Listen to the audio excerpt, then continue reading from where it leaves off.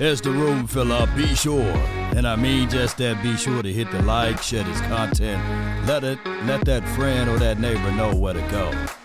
When it's time to tune in to Cowboys Sports Talk and beyond. Dread it, run from it, destiny arrives all the same. And now it's here. Or should I say, I am. What more do you want from me? Yo, come on. Ain't no party like a cowboy party. But what about a Law Nation groove? Come on. Let's get it.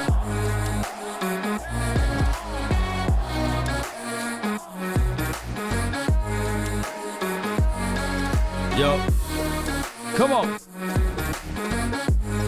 Let's get it.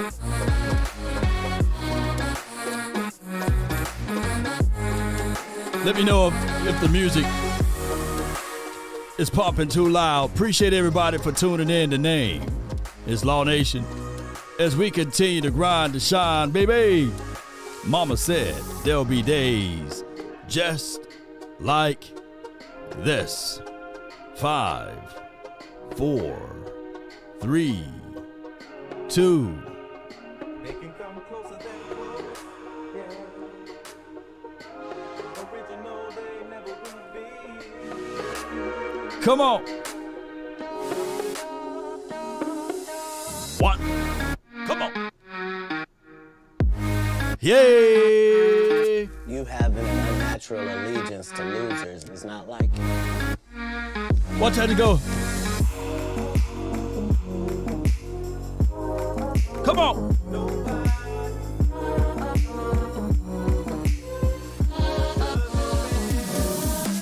Yep. Right.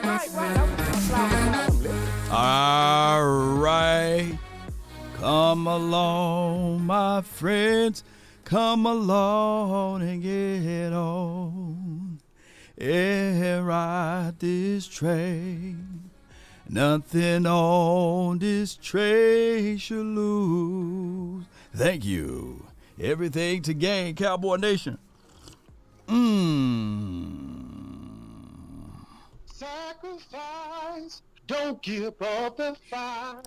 Everything gonna be alright. On any given Sunday. You having an unnatural. Come on. All right, Cowboy Nation and everybody that's listening, the name is Law Nation. If you are new here, be sure to hit the like button, share this content, and sharing is caring, and subscribe. Those are the laws, the laws of the internet and content creation. Appreciate everybody for tuning in. All right, so we're going to talk about the reviews of Mike Zim. Put M and M in the chat if you like Mike McCarthy and Mike Zim.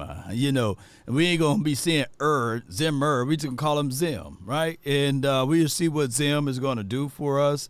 He did his presser today, and we got some notes that we're going to go over. These will be the topics. Improvement of the defense. We're going to talk about that.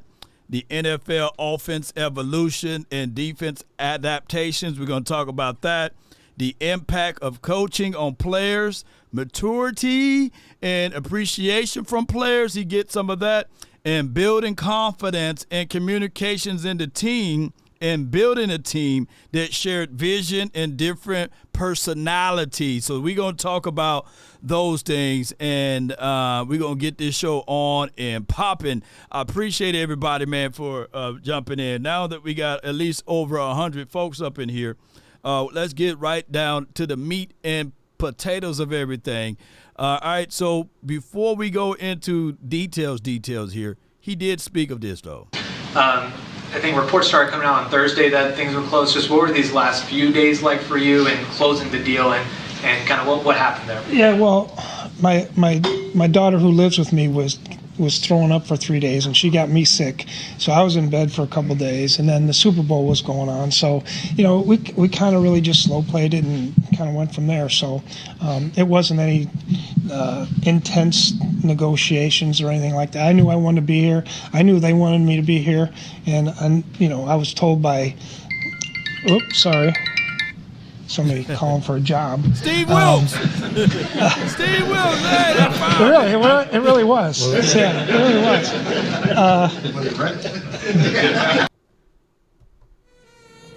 Riggs, I can't take this. The 49ers the fired Steve Wilkes. That's what happened. He would call it. But we knew we would get it. I was told we were going to get this thing done anyway, so it wasn't any big deal. So when did you see Rex Ryan's comments, and was there anything? I see a lot of Rex Ryan comments. So basically, he acknowledged the fact that he do see Rex Ryan's comments, right, about the whole situation. And he said what was the holdup of all of things that he was waiting for. His daughter got sick, and then she passed it along to him. So granted, the Cowboys already knew that they wanted him, and I don't know the storyline altogether as far as whether Mike McCarthy really or actually called him, but that's just how that goes with that. So hopefully we can look back at this and we can talk about this, ladies and gentlemen. But before we go a little bit further, my guy Brandon Laurie, he says, if you're wondering about discipline Mike Zimmer will bring to the Cowboys, look no further than where the Minnesota Vikings were ranked in total team penalties each season. He was the head coach there. Let's start from the bottom and work our way up to the top. In 2014, it was ranked 24th. In 2015, it was ranked 32nd. That's dead last. In 16, 23rd. 17th, you have the 19th spot, and then 2018, 31st, 26th, 27th, and 11th for the 2021 season. And, of course, he didn't coach last season. So when you start to contextualize all of that, it's still a disciplined team. You cannot win championship game or playoff games if you're not disciplined. But here's the other thing to it, too. That's just one part of it. I'm not saying that Mike Zim, with the Minnesota Vikings, they got 4 or 5 Super Bowls and they got a lot of things going. No, I'm not saying that.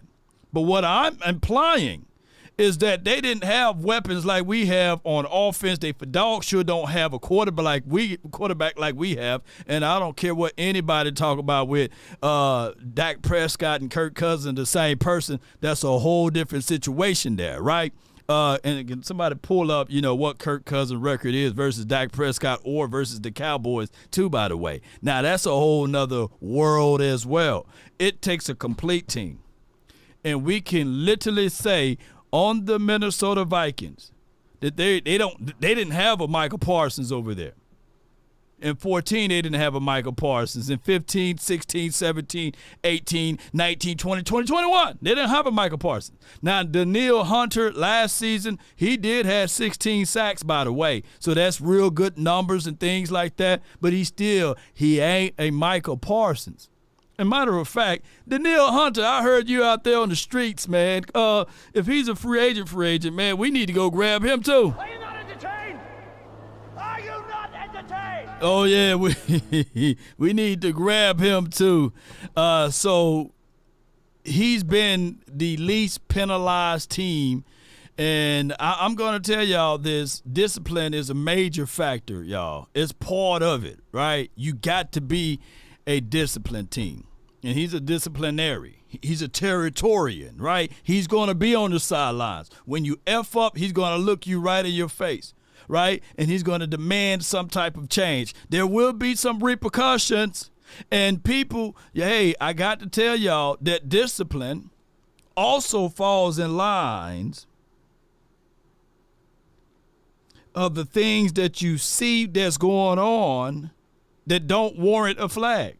If you got foresight and you're supposed to come down and field, baby, come down and field. If you're supposed to squeeze through a gap and hit something, squeeze through there.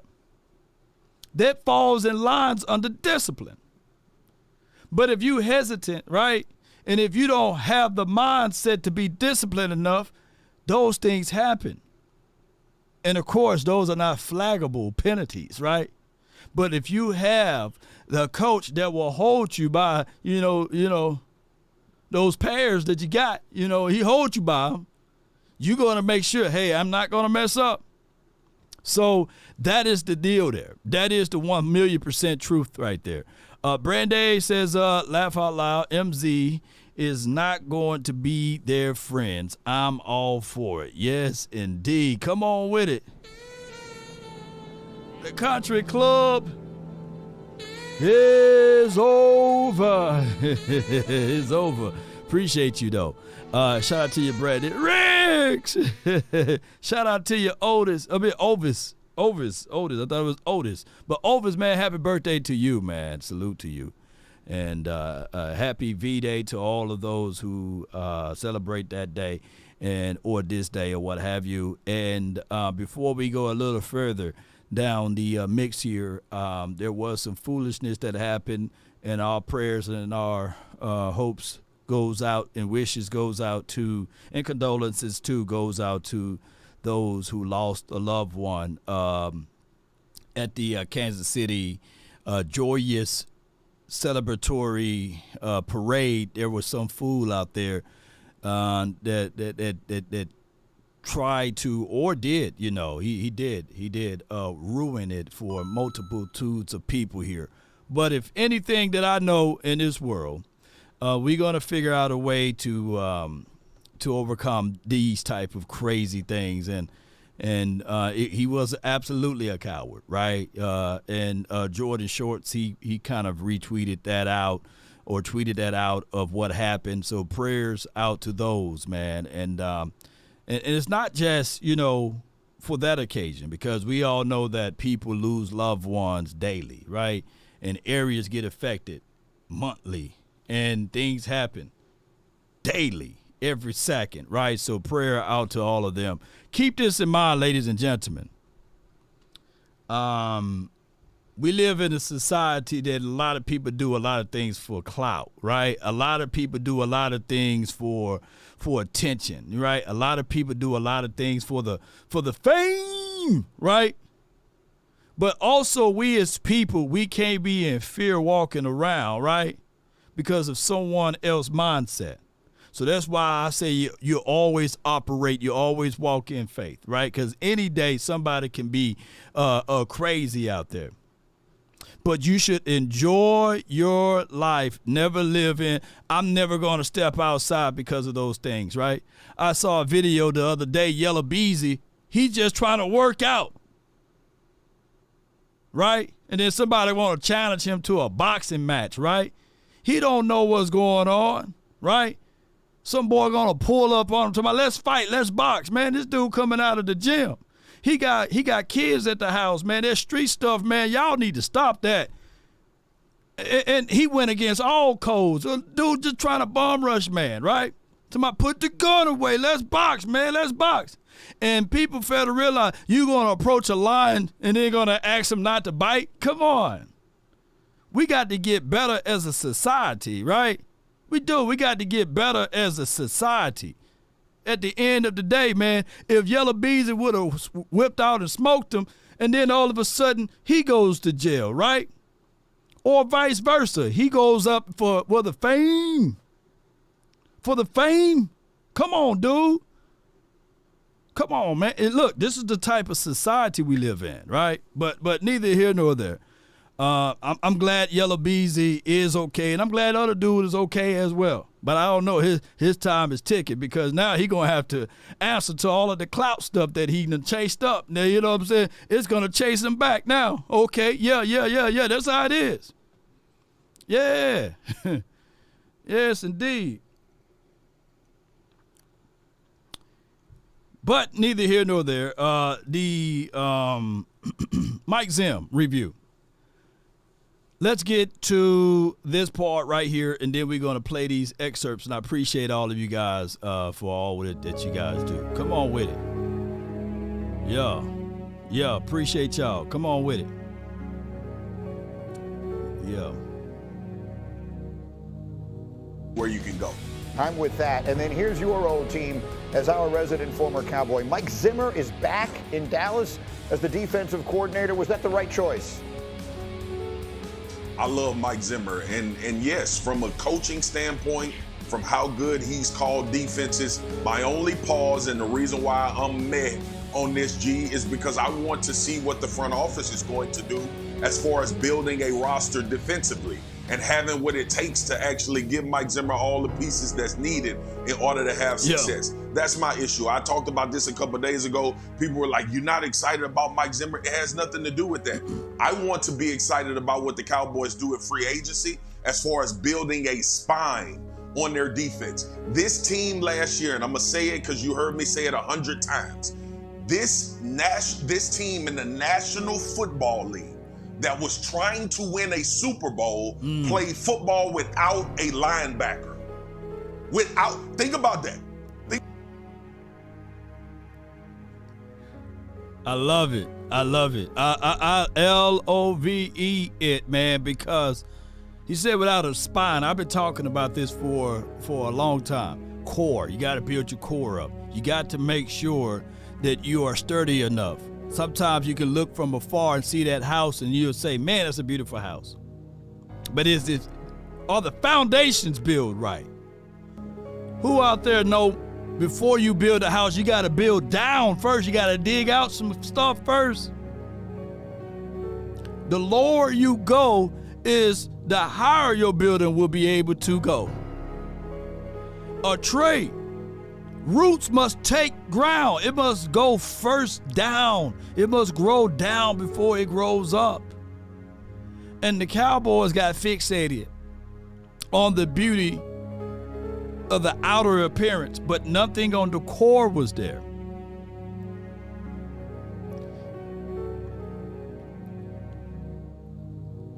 That house with poor foundation,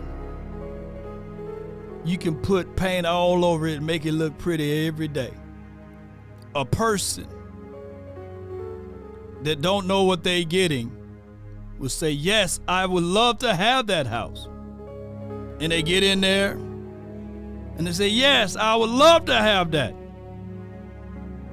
And then about 3-4 months later, the plumbing don't work. Doors don't close correctly. You think the house is haunted because the foundation is shifted, right? And that's what happened with the Cowboys. We got satisfied of us blowing out the Giants, blowing out the Jets, or beating them real bad, right? Oh, we took a little hiccup with Arizona Cardinals, stepped back, then everything looked good the next week. Got blown out by the 49ers, but we stepped back, but we didn't fix the foundation.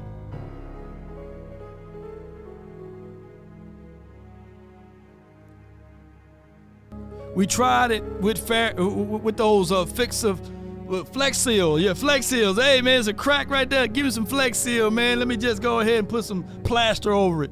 They would never know. Oh, man, that door don't close correctly. Hey, man, it's just a ghost that's blowing that door open. Poltergeist, it's okay, man. That's the spirit of Tom Landry. No, that's your foundation being all jacked up.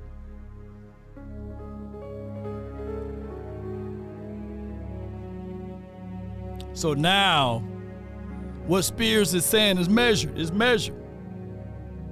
Very measured. He's excited about Mike Zim. He's excited about the things that he can bring to the table, right? But are they going to fix that foundation? Whoo! Are they going to fix it?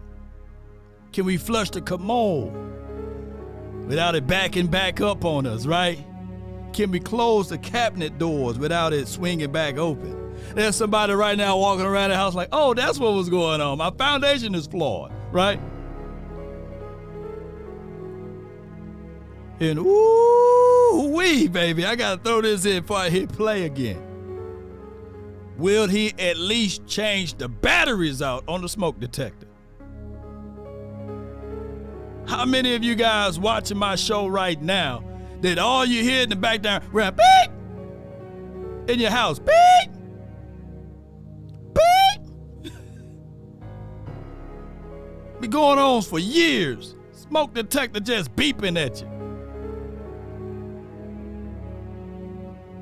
It's the little things that you do. Somebody go change out your smoke detectors. Lord love you. You know, I'm not beating you up. But Marquise Bell was the smoke detector that was going off. Beep! Beep!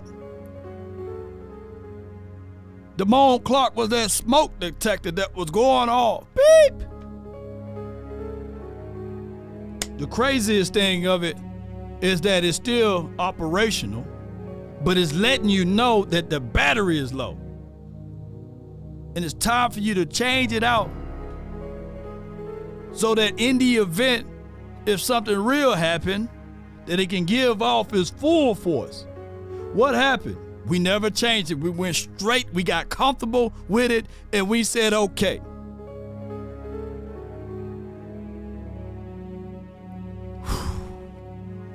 I'm giving y'all all type of entendre stuff over here. Oh my goodness, man. It's like a double entendre with what I'm saying. Some people are comfortable riding around with the check engine light. Comfortable riding around with all of those notifications telling you you need to change some things. Comfortable enough to live in a house with that beeping sound. You know, I was at somebody's house and I heard that beeping sound. I was up all night. Shoot. Lord, what you doing? I'm looking for me a ladder. What you doing, man? Oh, I didn't know I could change it out. No, I'm finna just take it all the way. I'm finna rip it off the wall, man. I gotta give me some good sleep. Think about the teams we just saw play in the playoffs. Bolton, Chanel, Gay for the Kansas City Chiefs, Werner, unfortunately lost Dre Greenlaw, Roquan Smith, Patrick Queen. Look at the teams that ended up having a tremendous amount of success. That part was missing. You bring in a new defense coordinator. If you don't have linebackers, I don't give a damn who he is. You ain't gonna look like a good one. Well, Zimmer was actually in Dallas. Yes, indeed. Oh yeah. What I said was not hating on the low-hanging people with lack of information and knowledge would think that I'm hating on Marquise Bell. No. When that beeping sound is going off, because I like to use these as an analogy, that beeping sound is not hating on you. That beeping sound is not hating on the system that it operates. Woo! But what that beeping sound is doing, ladies and gentlemen, is giving you a warning, a sign to what to come if you don't change out those small things. You see, Marquise Bell is a hell of a player. Hell of a player. I love his skill set. Damone Clark is a hell of a player. But when you are low at your spot, warning signs will let you know. See, Damone Clark is a weak side linebacker, not a Mike. Marquise Bell, he can give you linebacker play, but not full time. He's a safety. Oh yeah, and that beeping sound is annoying. Yeah, just to get you up. But some people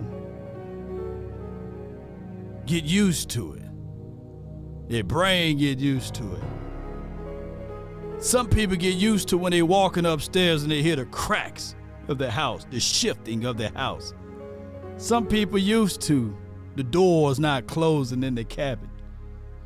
Don't use that restroom up there. The commode don't flush well, right? Some people get used to those things. Some people get used to 12 and 5, 12 and 5, 12 and 5. Some people get satisfied with just the entree.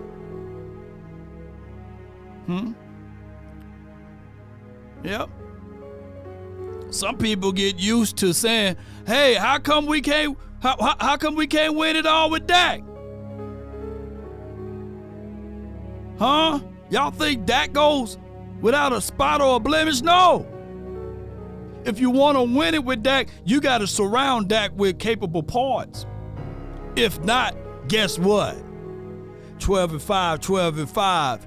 You may win a playoff game here, but then when they get a little bit more difficult, it's going to come crumbling, falling down on his head because he's not built to win it all by himself. Unfortunately, Don't shank me with the butter knife for speaking the truth. I done seen 8 years of this man play. He can't win it by himself. And that's not a strike at him. Newsflash, Troy couldn't do it, nor Roger. There's no hate at those boys. I had somebody go back and forth writing paragraphs upon paragraphs to argue the difference. But last I checked, we don't have Doomsday, Tony Dorsett here. And we for dog sure don't have an Emmit, nor those 90s defense or that front five that they had over there in the 90s. We didn't have that. And for the life of me, I will fight anybody on this planet on this one right here, which is really not up for debate. Tom Landry, Jason Garrett. If I had my life on the line, I'm going with Tom Landry. Tom Landry, Jason Garrett. Come on, y'all. Jimmy Johnson, Jason Garrett. Those were the prime in the youthful years when we had Zeke and Dak.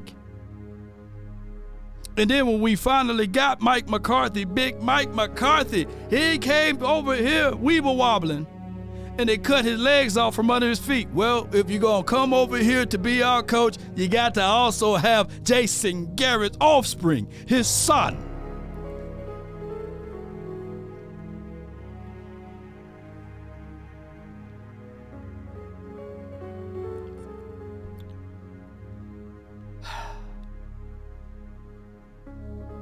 But if you give Tom Landry, Dak Prescott, you give Jimmy Johnson, Dak Prescott,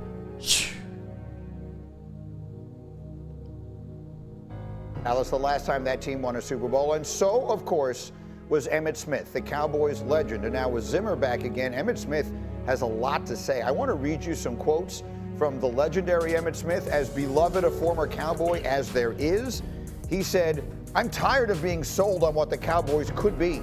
I'm tired. I've had enough of it because I'm more about what the Cowboys really are and who we really are and who we were. Nobody wants to fight no more. No one wants to fight hard anymore. They want to say, oh, we are the Cowboys. Tell me how good I am. Check out my Instagram posts. See me on my podcast. I'm doing all this stuff. I'm everything without doing everything. And everybody's patting them on the back. People want to give them so much without doing nothing. And what they're living off of is what happened in the past, not what's going down right now. We are delighted to, as usual. Ooh, let's put a pin on that, because that's going to take a minute. I want to circle back to that, of what Emmett said. Y'all just remind me if I go over that time frame. But we're going to go to the interview of Mike Zim, because it's a long one and I want to be able to pull out some pieces. So the first part is how to improve this defense, ladies and gentlemen. Appreciate all of y'all. What do you think of the pieces that you have available to you here on this defense, and how can you make this defense better than what it's been? Yeah, well, it's hopefully I can. We're not trying to reinvent the wheel here. I mean, they've been pretty good. I know there's been some situations where things haven't happened, but that happens in coaching. It all happens a lot. So we're going to look at the players, try and figure out the best way to use them, put the scheme together, and again, we want to take the good things that they've done and maybe add a few more other things that we've done good in the past, and try to make this thing manageable where, we're disciplined and we're, well coached, we're play together as a team. We try to make sure everybody understands their role so that other people on the field can have success doing their job. That's a great answer. Great answer. Great answer. He said he's not trying to reinvent the wheel. Yeah. He might have that hen dog in him. They said he been throwing up and he been sick the last 3-4 days here. So hopefully Zim is okay. He said he's not trying to reinvent the wheel. Now, there are things that you can improve on with the wheel, right? The wheel probably started off at first with stone blocks, and they chipped it enough so it can spin. Then realized that, hey, maybe we can make it wooden, right? Make it more aerodynamic. And then somebody said, hey, man, let's go put some other materials, man, maybe plastic, maybe rubber. Hey, man, if you put water in it, it can do this, right? Then that didn't work. What about air, right? Right? Then what about the other stuff that you could put in it, right? So they made improvement to the wheel. They didn't reinvent it. And hopefully with the pieces that we have, we'll just make some improvement with it. But first and foremost, before you can do all of those things, ladies and gentlemen, you got to do an inventory of what you have, right? You got to go one by one and sit down with Will McClay and Mike Zimmer and Mike McCarthy. All three of those guys sit down. Jerry Jones, hey, man, you can wait at the door. Stephen Jones, hey, man, you can wait outside, man. Jerry Jr., man, do you have some emails you can read? Charlotte, hey, we need some better lightnings in the building. Y'all get out of here. Get, scram, scoop. Let these men talk about football. With those three, they should come up with a plan of why they drafted Mazi and why they drafted Nashawn Wright. They need to be asking the answer to themselves. Why? Why did you draft Izzy? Right? Why did you put Marquise Bell in the game? Who is Wanye? Right? They need to go over all of these boys and see who they can fit and see if they are technically flawed with their system and principle of what he's trying to do. And for those he's trying to hold on to, say, would it be better to shop them, ship them off, get something back in return? Jerry, I told you to go answer the phone over there. We talking. We talking football. Jerry, Stephen Jones, wait at the door. Don't come in. No. Right, whatever we need to be doing, y'all. And they need to be picking up the phone. And they need to be seeing, okay, we talked to Stephon Gilmore's agent. He's 33 in the third years of age, man. He finna be 34. Jerry, go talk to the press people, man. We talking over here now. Sit down. All right, so we're going to go over Stephon Gilmore. And that's just what it needs to be. Right? And really get into Will McClay and say, hey, man, we know, this and that about the players, man. But what can you help bring in? Because Chauncey Golston right now, hey, man, we really don't see much more from him. I got a guy in Minnesota that we can bring in. Right? Let's go. Jammer Schroeder with The Athletic. Specifically, though, with Micah Parsons, what have you thought? Let me see if I can, I don't know, my audio sound weird on that. Let me see if I can refresh this mug altogether. We're disciplined and we're, well coached. We're play together as a team. We try to make sure everybody understands their role so that other people on the field can have success doing their job. John. Jammer Schroeder with The Athletic. Specifically, though, with Micah Parsons, what have you thought of him as a player? And does he kind of remind you of any other players you've worked with? Yeah, I mean, obviously he's a terrific player. You watch him on tape and he makes some unbelievably athletic plays. At this point in stage right now, I'm trying to figure out, get the coaches in here, and then we can sit down. And I think one of the strengths that I've always had is to look at players and kind of have a vision for each player and then try to figure out how we can use them in the best way. One of the things I would hate to do right now is to tell you how I'm thinking about playing him without talking to him and letting him think, okay, this is what we're thinking about doing with you, Micah. I don't think I should tell you guys first before I tell him.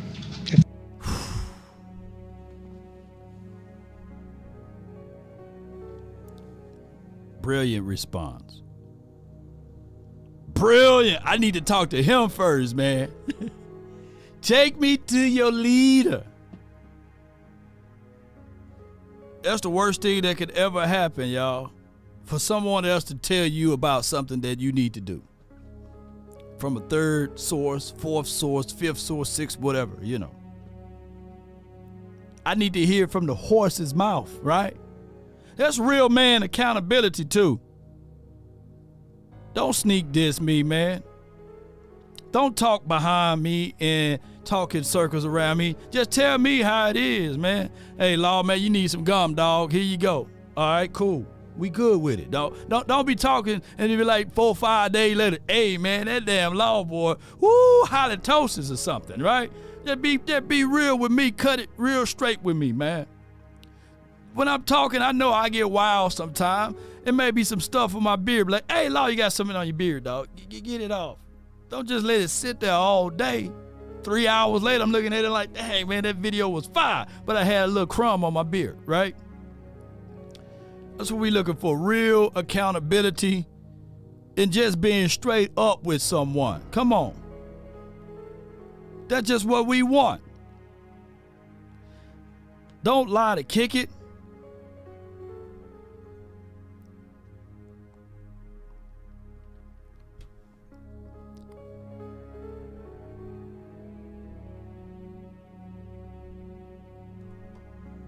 There we go. Come out the closet. Come out the closet, Albert. I know you kind of weird with it. Come out the closet.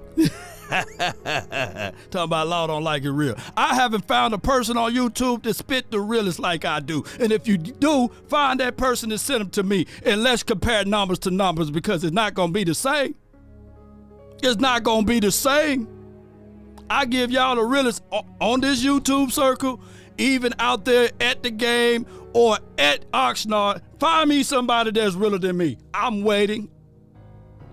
I'm waiting. You can't find nobody. There's nobody on YouTube, Facebook that's realer than Law. They can back it and put their money where their mouth at. And they can stand on business with like I am. There's nobody. Nobody. Nobody does it better. They can come closer than close. Aaron, you can come closer than close, but what else? Original, they never will be. Never will be. Aaron, you will never be as close as me. Even if they give you 10,000 subscribers tomorrow. Don't worry about it. I'm just letting my nuts hang. And if it hits you across the face, it's nighttime now, baby. You talking to a real one right now. Come on. They can come closer than close. Yeah. Original, they never will be. I'm just messing with you, man. All right, don't get in your feelings. All right, let's talk about this one right here. Saudis, The Athletic. Mike, when you kind of look at the way I know you haven't been out that long, but when you look at just the way offenses evolve constantly in the NFL, whether it's the McVays and Shanahans and all that stuff, where have you kind of seen the NFL offenses go, and how do you kind of see your defense fitting? Yeah, there's a lot of different kind of scheme things that you're starting to see a lot more of the receiver outside motion and with speed going up the field. You're seeing, obviously in the last few years there's been a lot of the jet sweeps and rocket motions and things like that. So I think that's been a lot of it.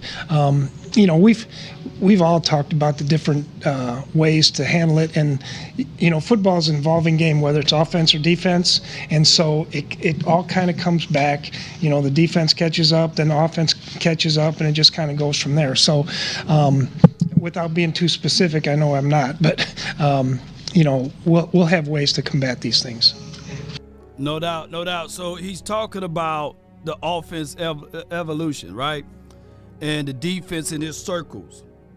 The thing is, the two different parts of it are these things right here. He said at some point the offense get ahead of the defense, then the defense get ahead of the offense. I think that we are in the era now, of systems beating schemes. There's a lot of systems put into place due to the Kyle Shanahan / Sean McVay systems. And what's going to happen here is that everybody is pretty much, like he said, is a 4 or 5 year swing on things. So for right now, we are in that Shanahan system. You seeing what the Texans are doing. You seeing that now the Atlanta Falcons are picking up some of those systems from Kyle Shanahan. On top of that, you can look at and you can see and identify what the Miami Dolphins did, right? That's a Kyle Shanahan system. Philosophy. Shout out to Ben Johnson and all of those boys. They are picking up a unique system that they learned. Put it like this, PFF came out a couple of years ago, right?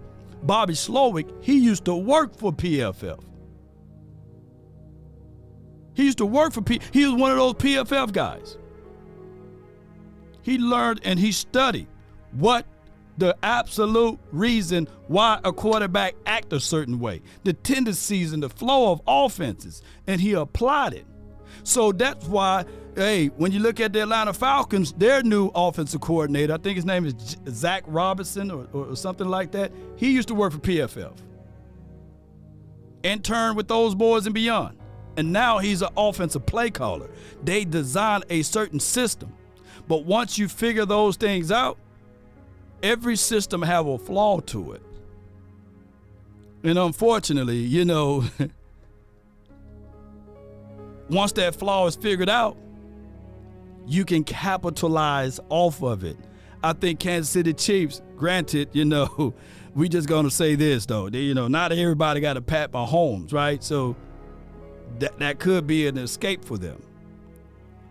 But the kid, what's the defensive coordinator for the Cleveland Browns? He mastered on beating Piles. That didn't sound kind of crazy. He mastered on beating Kyle Shanahan systems. Pause. I'll put that pause in there. We got a super chat. Let the AI speak on it. Appreciate you, Jeremiah. Jeremiah J. Huslahops $49.99. All MF Ready Law. Original inalterable. He never will come close. He ain't lying. Nobody. You having an unnatural allegiance to losers is not like you. Yo, appreciate you, man. Yeah, appreciate you, man. We got another super chat here from Jeremiah. Original, they would never will be. They can come closer than close. The one who made the rule. Come on with it. Original, they never will be. And I don't want y'all to think that I'm cocky. I'm just confident, right? It's not arrogant. It's just confidence, right? All right, neither here nor there. Let's talk about the impact of coaching on players. And this is from Mike Zimmer, and this is at the 15-minute marker of the interview. Be great. They want to be coached. They want to study. They want to understand, how they can get better. And to me, that's what all the great players, they want to know, how can you make me better? And so I think, and y'all had Anthony Barr here. I love Anthony Barr. He was a little hurt when playing here, but, he was a young guy and he was terrific, great leader, studied, did all the things. And, so we had a lot of guys like that come in there. Now, I coached the Polynesian Bowl high school all-star game a couple weeks ago. And, now those guys were dancing between plays, and they had the attention span of about 2 seconds. But I think great players want to be great.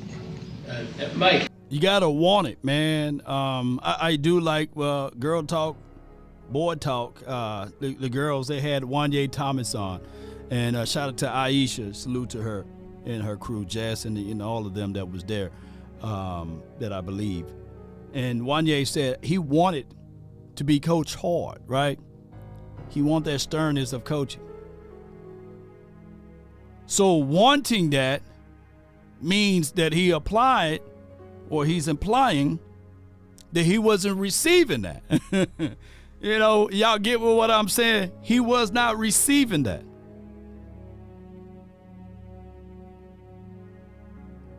Now, I'm not saying that Wanye got a gold jacket somewhere hanging in his closet, but he was spitting his mind. He was letting his, you know what Queen said.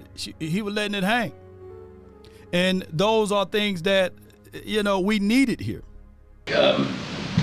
Which of your current players do you have the kind of relationship with that they could come up and hit you on the sideline like Kelsey did, and everything would be fine? I don't know what the hell you're talking about, Brad. Check out the big brain on Brad. All right, man. All right, so that's a throwaway question. Bear with me, baby. Appreciate everybody. You know, let's go with some substance right here. All right, maturity. Let's talk about that part. What has not changed about you since you were here last time? Competitiveness. Probably being technique oriented, being fundamental, disciplined. You know, those are the kind of things that kind of get me grouchy.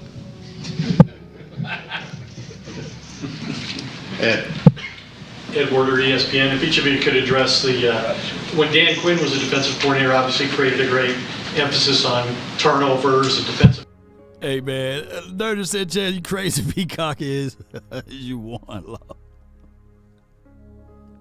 Hey, man, look, man. Ladies and gentlemen, I appreciate y'all. Come on, I can't read the rest of it. But, hey, they will always come up short, though. Yeah, I feel you. Touchdowns, and you guys dominated that statistic across all 3 years.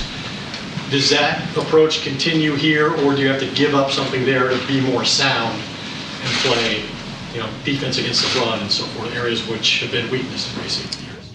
I mean, I don't think so. I think every coach is trying to win the turnover battle. Yeah. I know that's been, you know, my personal history as an assistant and as a head coach.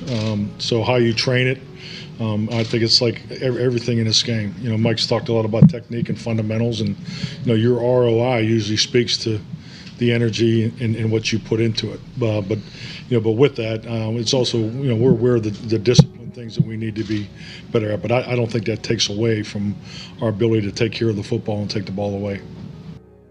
No doubt. No doubt. I'm trying to piece together what the question that he tried to put out there.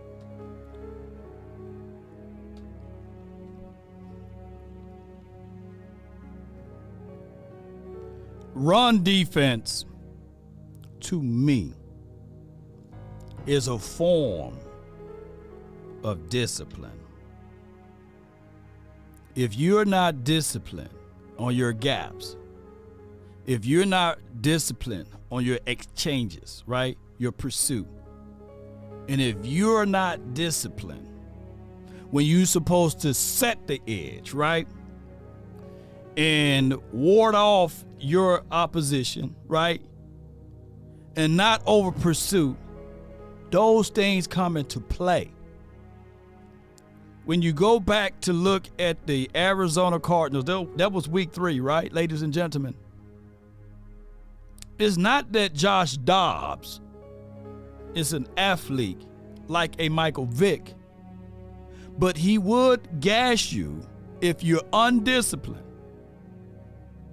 Coaches teach it one or two ways. Attack the mesh point, regardless, attack the mesh point. Some coaches teach it, stay flat and wide, don't even pursue against running quarterbacks. Now, there's a crazy coach that would say, hey, just pause, right? Pre-pause. Just cream the quarterback at all times. Cream him. Smash. Whoop his. Trying to keep it PG-13.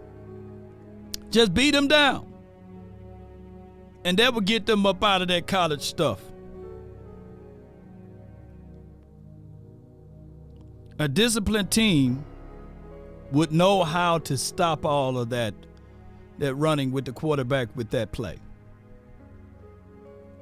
to maintain your lane, shoot, and understand what you see. Linebackers teach this, linebacker coach teach this since day one. Slow until you know. But at some point, you got to know. You can't recklessly shoot through gaps when you don't know where you're shooting at. How big a point of emphasis is that for you? Well, it's always a point of emphasis, and I do think, if you look at turnovers, typically they come from quarterback hits, overthrows, things like that, where quarterbacks make the wrong reads. You knock the ball out of somebody's hands because you're physical. I think all those things kind of incorporate all those things, and if you have, in my opinion, I've always felt like you have to be fundamentally sound to get to the football in the right way, and then once you get there, then now it's doing that. And then if you never hit the quarterback, you're not going to get turnovers. So obviously we're always going to try and hit the quarterback. Boy, did we hit it right there. We always going to hit the quarterback. So we know what type of mindset that Zim is. Yeah, read option. RPO. Okay, all right, cool. All of them. Just hit the quarterback. Hit the quarterback. To the point the quarterback saying, kill, kill, kill. White 80. Quarterback changing up out of that play. Coach, they slapping me around in this, man. We got to go somewhere else with it. Yup. Brandon said it right. Whoop his. That's what you got to do. Make him uncomfortable, right? Make him tap dance like Gregory Hines, Make him move around, slide in the pocket, get him off of his marker, right? Make him throw off platform, right? So those are things that he will pretty much start in training camp, right? Make it difficult for him. One for each, Mike. Zim, I'll start with you. You mentioned how some of these players have reached out to you. Were there some of those players who maybe had to mature a little bit before they understood what you did for them when they were players? And if so, what did they say they figured out or understood? Yeah. So I'll give you a good example. Xavier Rhodes called me. Okay.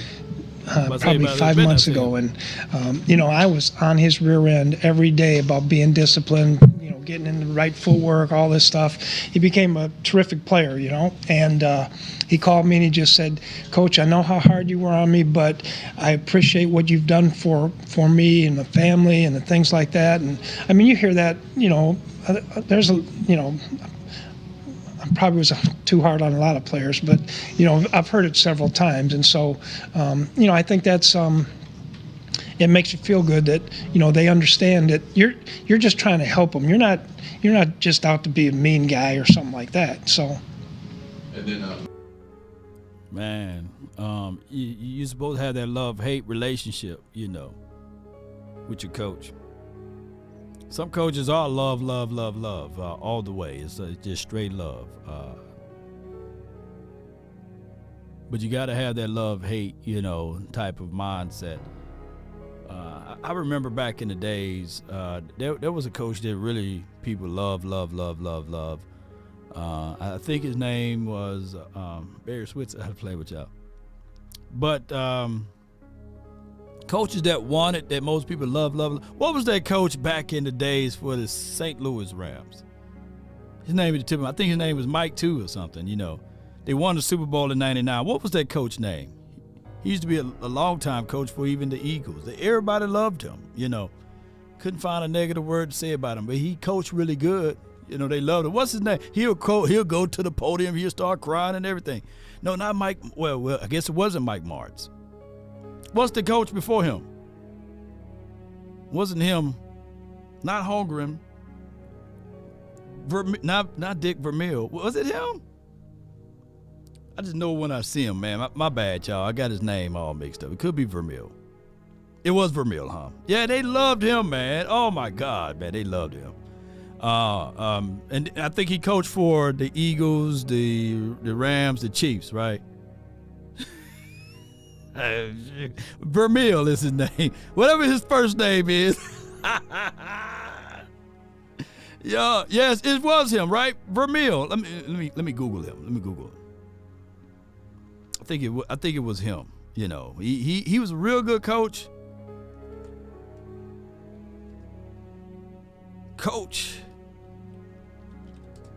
Yeah, his name is that dude right there, man. They loved him. Oh my goodness, look like he won't hurt a fly. You know what I'm saying? Oh man, he was a real good coach though. Real good coach. Is he still alive, y'all? I don't know if he's unlived. You know what I'm saying? But good guy, man. Real good guy. Is he a Hall of Famer? Richard Vermeil, you know. Call him Richard now, you know. Yeah.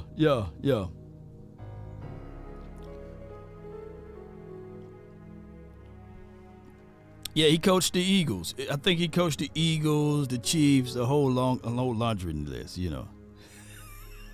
Say, look, Paul, like, come on, man, Destiny Child. Say his name. Yeah.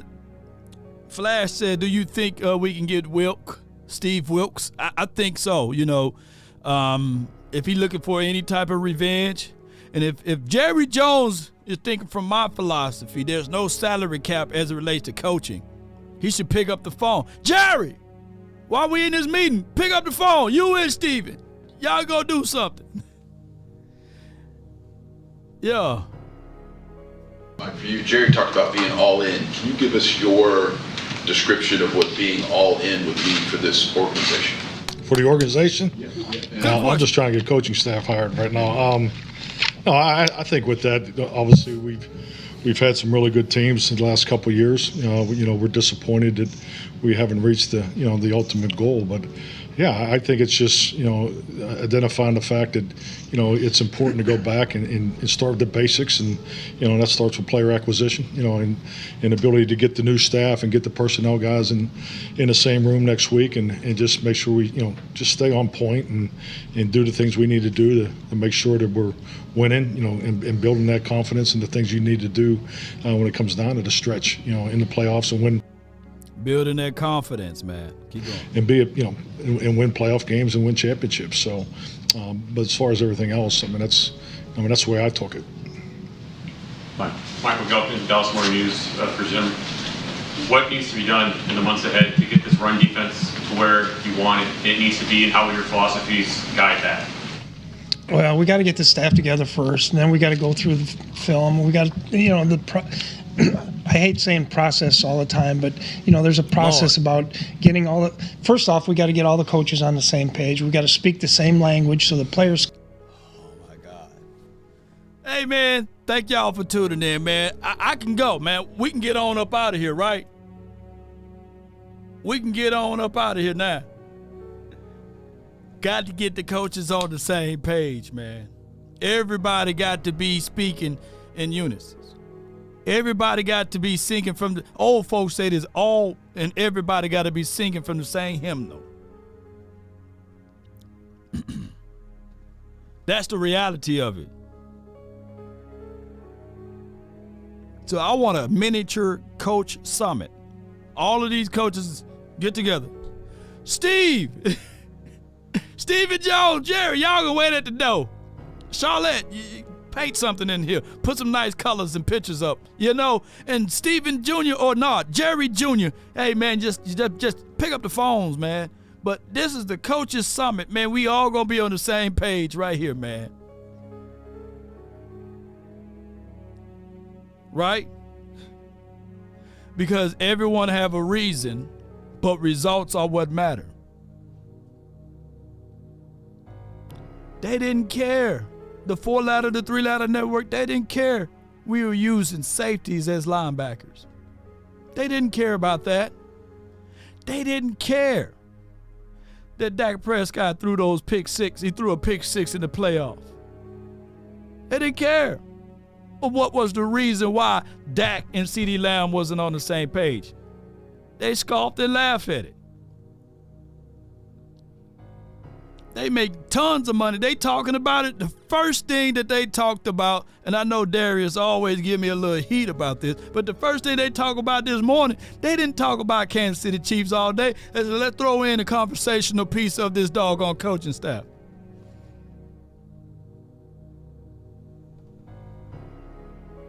Steve Wilkes get absolute fired today.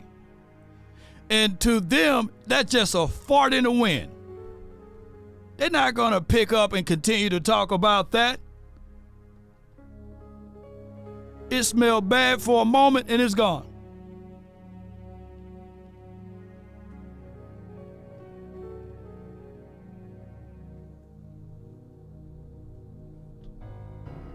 But they're going to talk about this coaching staff all week. They're going to talk about who we're going to dance around in free agency with. What about the culture of this particular team? And how long of a drought it's been for the Cowboys. Brandon said Shanahan need to be one of those who walk too. Shoot, I'll be on the phone immediately. Shanahan, come on over here, man. Hey, have you ever thought about just taking a few years off and being an offensive coordinator again? Mike McCarthy, Shanahan, I'll have a whole regime over here. Ain't that right, Gina, with the G? yeah, Perry Locke said it ain't moving the needle for them, yeah. Can speak the same language. So when they come off the field, they speak the same language to me. And, because they say, oh, this guy did this or that guy did that, and I don't understand what they're saying. So we got to get the communication down first, the techniques down second. We got to make sure that we figure out where the personnel is and put them in the right place, and then get them coached up and let them go. It's too early. I've been here a day and a half now, so it's too early to know a lot of the things that we have to do. But that's kind of the routine that we're going to go through here. Christy Scales, 105.3 The Fan, Cowboys Radio. Hi, Christy. How much of the appeal of this opportunity coming back as coordinator is the fact that you do get to just concentrate on the defense and your thing and not all of those responsibilities that Mike was talking about before as head coach? Yeah, I think that's some of it, but it was about the opportunity to work with Mike and the opportunity to be here with the Cowboys and the organization. Like I said, Jerry's been great. Steven's a great friend, jeez, he said Steven is a great friend. Stay at the door, man. Stay at the door. We talking coaching stuff, and now you can't wait around in the meeting. No, Jerry, no, man. Don't you got some allegations that you got to take care of? Oops, did I say that out loud? Was really the football team and Mike, and so I think that was the most important thing. The one good thing about it is I don't have to do these media press conferences every single day anymore, so which is okay with me. He wanted to do it by himself, so I think he's pulling your leg a little bit here. Mike, Joe Witt was with you for a long time. Was that a difficult conversation to have, to say that he was not going to be the guy here before he moved on to Washington, or how did that all play out? Well, I think the biggest thing is, there's a lot of things that went into, this hiring process, just like any process too. There's a timeline. Obviously Dan was the last guy hired in the cycle. So, and then with that, we wanted to go through a thorough process, and in the timing and the opportunity. Frankly, knowing Joe and Erica for the amount of time that I have known them and had a lot of great years together. I think he has a great opportunity in Washington. So, but we wanted to go through a thorough process, and that led us to hiring Mike. No doubt. Yeah, alleged, man. Y'all, hey, allegedly, man. Allegedly, man. Jerry Jones is an innocent man. Shoot, right hand to the man. He's innocent. Shame on that person, man, that's trying to get him all wrapped up, man. Shame. I don't have shame Tasha K's type of money, man. Did she pay up old girl? Yeah, I heard she owed about like $4 or $5 million. I said, God, dog. Cardi B just slinging all type of stuff on her, man. Somebody said in the comments that, yeah, Steven, if you're a good friend, then go get Daniil Hunter, go get the other kid that's over there. Let's go dance around in free agency, man. I know we only got a spoonful of money, but things can work out if we will and deal just a little bit. Spread this out. Maybe extend a certain thing. Go get some talent, Scorpio. Yeah, go get some talent. That's what we need to do. To fill out the rest of the staff, how long do you guys anticipate that being able to go with a lot of jobs being filled already and people available? Yeah, no, that's a great question. I mean, obviously it's just like any process. There's a lot of phone calls, a lot of conversation. So we're going to be diligent and make sure we're thorough in this process too. So I don't have a timeline, Todd. David. This is for both of you, different questions. Mike, back on the topic of whether or not Zim's a jerk. You were. Gee, be selling, would you? In putting together a staff, I mean, people always talk about putting together a team, but in putting together a staff, how important is it for everyone to have this shared vision, but you want different personalities because players react to people differently, and you want to have them be able to go to different people for different things? Well, I mean, Mike brings so much to the table, and I think the fact that he's older than me was probably number one. No, and I think too, I think as a coach, and I think you have to establish this at a young age, and because being fortunate to be in the NFL, and I know Mike has seen this too because we've had some conversations about it. Is the players are different. I mean, society's different. We both have children. He has grandchildren. I have teenagers. So, but I think as a coach, you clearly got to decide: is it most important to be loved or respected? And I've always taken the approach that it is important to be respected. Man. I mean, I took the words out of his mouth. You don't have to like me, man,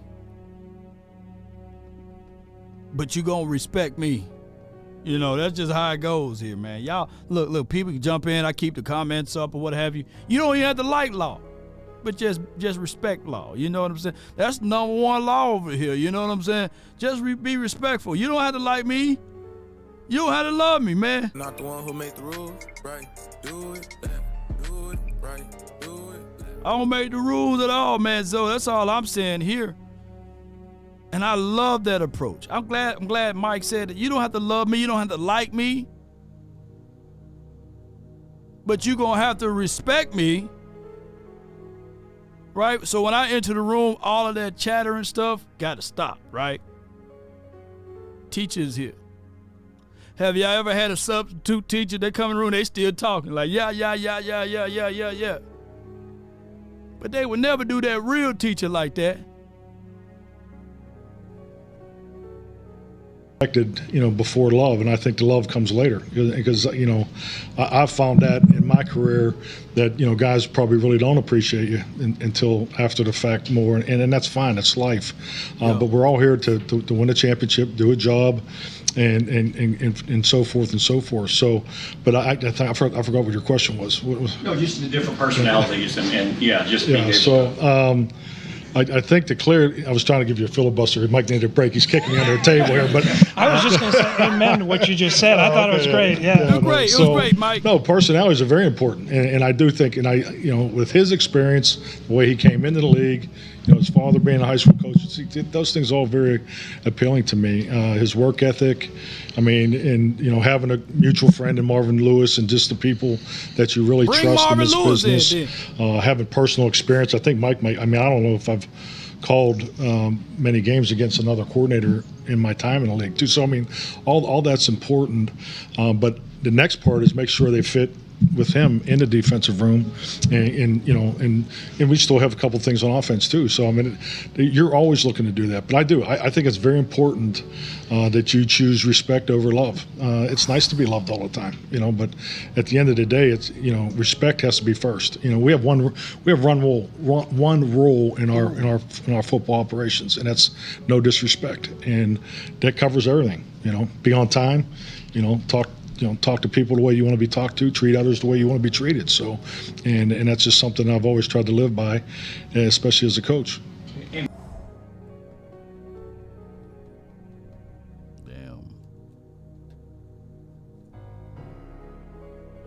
Man, that goes a long way, man. Dang, man.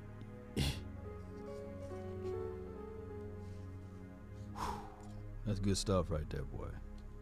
Mike, you were saying earlier too about you're not going to reinvent the wheel, understanding the staff not set yet, you have all the personnel meetings, but in general, do you have an idea of kind of what percentage makes sense to incorporate and change going into this off season, or is that to be determined? Well, I don't know about percentage, but Mike and I have talked about things he'd like to see a little bit different, and I've talked to him about things that we've done in the past, and so I think once we kind of iron things out, at the end of the day, honestly, David, it's about what can the players do. We can be the smartest guys in the world, but if the players can't do what we're asking them to do, then we're not very smart. So I've always felt like ideas are great and all that, but okay, what can they do? What can they do, and how proficiently can they do it? Thanks for calling me a jerk, by the way. I'll get him back. I'm not gonna be confused with the Mike and Mike. You're Zimmer in this one. But you were here with the Cowboys last won a title, and obviously you talked about coming back, relationship with Mike and being comfortable with Jerry and Steven. How much is winning again and winning that Super Bowl again the reason why you're back? There's no other reason. I mean, my grandkids. Man, I hate that it's February and he's talking about Super Bowl. Come on, Clarence, man. Come on, man. Hey, bro, come on now, dog. Come on, man. But, let's see if his response is going to be measured. Shout out to my guy, Boss Cowboys Sports, on the Kool-Aid, He said he don't drink it until he first measure it. Let's see what he gonna say, y'all. I'm waiting. I'm anticipating. And let's see if it's gonna be wee-woo analysis or no wee-woo. Kids are fine and all that, but I can see them anytime. But I didn't come here to do all the work that we need to do if we're not trying to win a championship. And that won 12 games in 3 straight years. They're on the cusp. I think they've done a great job with the personnel on the team. They've got good coaching staff, and I'm just hoping that I can help a little bit, and we can get the players better. But that's the number one goal. I didn't come, okay, let's be average this year. No. I like what he said, though. At the end of the day, he didn't come here to say, hey, let's be average. Let's be average, man. Let's be average, man. Let's go win just one playoff. Let's be one and done. No. He said he came here. That's the number one goal. So I'm going to put NWW. No wee-woo. No wee-woo. So put NWW. And if you believe it as wee-woo, put WWA. Wee-woo analysis, man. That's what he was, man. Wee-woo analysis. I don't think he gave us wee-woo, man. I'm gonna circle this question back over to Boss. Cowboy Sports, when we do another live, I think on the next Tuesday night or something. NWW, no wee-woo. Or NWWA, no wee-woo analysis from him. Oh, won't you woo-woo-woo? But that was the end of that. That was the end of that interview, by the way. Somebody said mid-wee-woo, I give you that. Because we're going to have to see how the Cowboys move, too.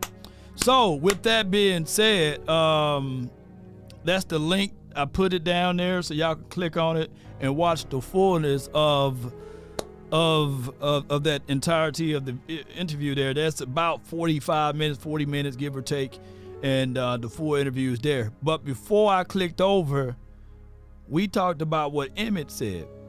And Emmit had his thoughts on a lot of things, man. And he said he's tired, boss. That's what Emmit said. And before I go into that, man, I just want to give a shout out to Rogue Shop, man, for all that they do for the nation and beyond. You guys can do the same. Go to rogueshop.com and use promo code LAW. Rogue Shop is a holistic approach to your needs, man. As far as you have anxieties, you have trouble sleeping, you go to rogueshop.com. They got a session there where you can absolutely do Q&A, and they will give you a response of the certain things that you would need. They even have products like Delta 9 THC. Rogue Shop got its own exact brand right here, and I'm telling you, this stuff will get you lifted, man. I'm talking about John Legend high. And on top of that, they also have mushroom, coffee, and beyond that you can take. Be sure to take that for your focus, mental capacity, and if you're having any type of anxieties and things like that, you can take those things. We got B12. B12 is another essential body energy source that you can use. And your D3. Oh my goodness, man. Let me tell you, man, your body, your body needs D3, especially if you've been lacking of the sun and beyond. Baby, check out rogueshop.com and use promo code LAW. Yeah, Scorpio got it down right there, man. Appreciate it. Let me see if I can pin that. Appreciate all of my snipers in the building, man. I appreciate you, man. I really do. Yes, indeed. I'm going to see if I can pin that when it comes up over here on my end. There we go. Yeah, go to rogueshop.com. There we go. Follow my guy. All right, let's listen to this Emmit part. And I'm seeing y'all in the chat. You're not alone. I see y'all. And now with Zimmer back again, Emmitt Smith has a lot to say. I want to read you some quotes from the legendary Emmitt Smith, as beloved a former Cowboy as there is. He said, "I'm tired of being sold on what the Cowboys could be. I'm tired. I've had enough of it because I'm more about what the Cowboys really are and who we really are and who we were. Nobody wants to fight no more. No one wants to fight hard anymore. They want to say, oh, we are the Cowboys. Tell me how good I am. Check out my Instagram posts. See me on my podcast. I'm doing all this stuff. I'm everything without doing everything. And everybody's patting them on the back. People want to give them so much without doing nothing. And what they're living off of is what happened in the past, not what's going down right now." We are delighted to, as usual, borrow Chris Canty from Unsportsmanlike on ESPN Radio just for this conversation. What do you think of what Emmett said, big fella? Well, before Chris Canty speak his gums or spit his mouth. All right, so I'm going to call him Emmit Big Game James Smith. That's who Big Game James is right now. I'm tired of being sold on this team. You know what I'm saying? I'm tired. I had enough. Enough. I'm about what the Cowboys really are and who we really are and who we were. And then they went into more excerpts that I didn't get a chance to screenshot. So Emmit Big Game James Smith. That's the next time I see Big Game James, I'm gonna call him Emmit Big Game James Smith. I'm so tired of being alone. I'm so tired. And there's nothing wrong with that, man. You know, I get it. You know, shout out to Emmit. I got Emmit right here, bro. Emmit, what did you say, boy? I'm tired, y'all. I'm so tired of this team on the podcast, living off of what I've done. You know, I got mine. You need to get yours. Who in the household live like that? I got mine. You just need to figure out how to get yours. I got mine. Hey, man, I'm Big Game James, man. Come on, get out of the way, y'all. I'm Emmit Big Game James Smith. Yes, indeed. And I get it, right? It's going to be a long off season, and it's going to be one of those things whereas 12-5 is the floor. I'm just letting y'all know for right now. 12-5, that's the floor. 12-5 is the floor. Shout out to Al Green and them, you know. 12-5 is the floor. I'm going to say it again. 12-5 is the floor. Can I say it one more time? Dr. Umar in this thing. 12-5 is the floor.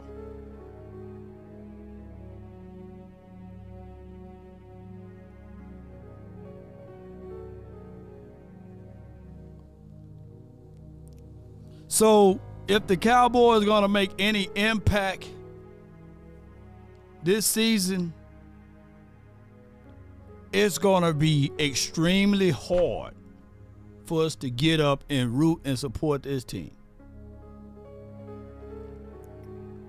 Week 4, week 8, week 10, because we trying to see if we can get it in as all rhymes for your mind in the playoffs.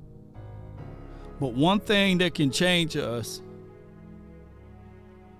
from the previous years, y'all hear me out, put that butter knife down, will be the trends, the tendencies.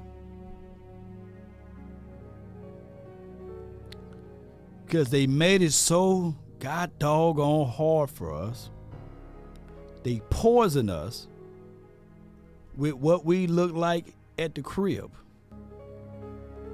We won 16 games at the crib. We looked a complete different team at the crib. So now we as Cowboy fans, what we're going to have to do now is that there's going to be a game within a game. We're going to have to do a self-inventory of every single game, and we're going to have to be looking at that thing and saying, okay, did we stop the run? At the crib, were we able to stop the run? On the road? What did we look? We definitely going to have to look at it. What did we look like if we didn't get those scooping scores? When we down by 7, what did we look like? With some team, when we get on the road and they slapped us in the face, and they slap us like that, do we slap back or do we turn the other cheek? Now we all that's here, the people that's watching, the 410 or whoever that's watching right now, even I don't know how many numbers we got over there on Facebook, but I'm quite sure the video is going to do well over 1,000 once it's posted. So over the 1,000 people that's watching, we're going to be looking at the Cowboys from this lens. Did you stop the run?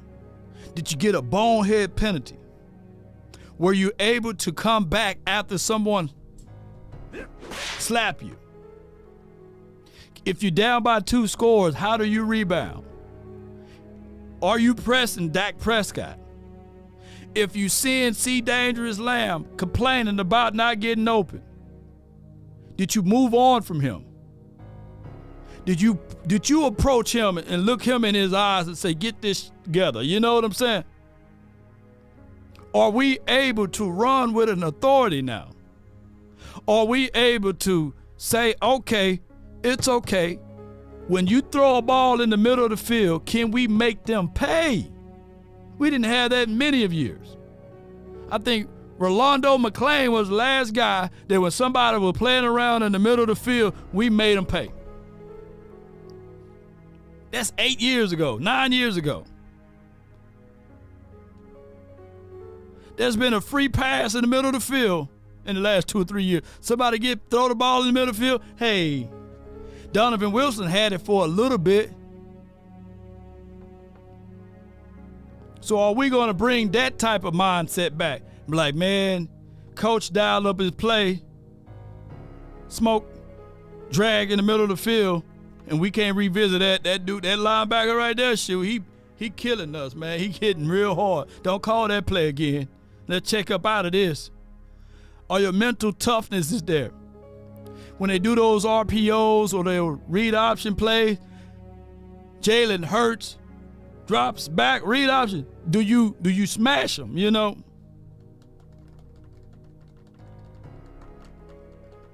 Forever DC says 2024 schedule is much tougher than last year. Yeah. Yeah, it is much tougher. Every year we got the roughest schedule. You know, every year.